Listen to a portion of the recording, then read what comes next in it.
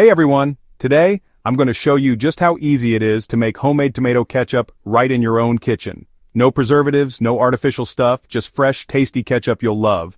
Let's jump straight in. First, you'll need about 1 kilo of ripe tomatoes. Wash them thoroughly. Chop them roughly. Don't worry about perfect slices. We'll cook and blend them. Grab a big pot and toss in the chopped tomatoes. Add 1 roughly diced onion. Add 2 garlic cloves. Add a little piece of ginger. These build classic ketchup flavor. Add half a cup of water to the pot. Turn heat to medium and cover.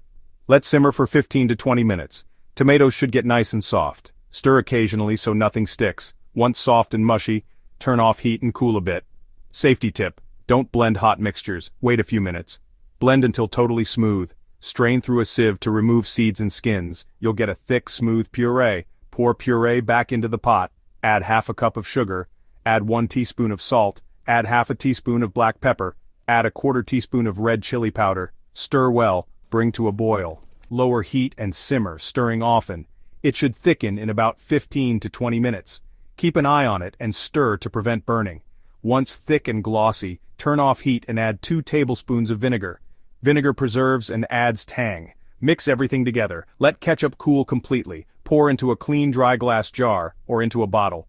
Store in the fridge. Good up to 3 months. And that's it. Fresh homemade tomato ketchup. Perfect for fries. Perfect for burgers. Perfect for anything that needs a tasty upgrade. If you enjoyed this recipe, don't forget to like, subscribe, share. Thanks for watching. See you next time with another easy homemade recipe.